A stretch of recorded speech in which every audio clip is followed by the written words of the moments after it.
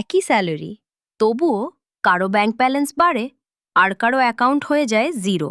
আসল রহস্য কি শুধু ইনকাম, নাকি এই রহস্য লুকিয়ে আছে আপনার বার্থ নাম্বারে?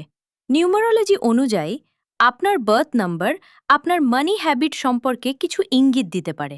বার্থ নাম্বার নয়, এরা সাধারণত উদার স্বভাবের হন, তাই অনেক সময় অন্যের জন্য বেশি খরচ করে ফেলেন, ফলে সেভিংস কম হতে পারে।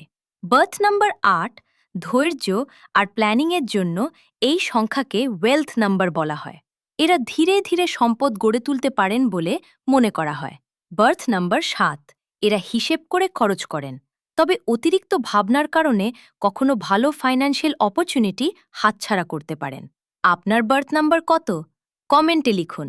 আর এমনই অ্যাস্ট্রোলজি, নিউমেরোলজি ও রাশিফলের ভিডিও পেতে ফলো করুন অ্যাস্ট্রোজিভা বাংলা।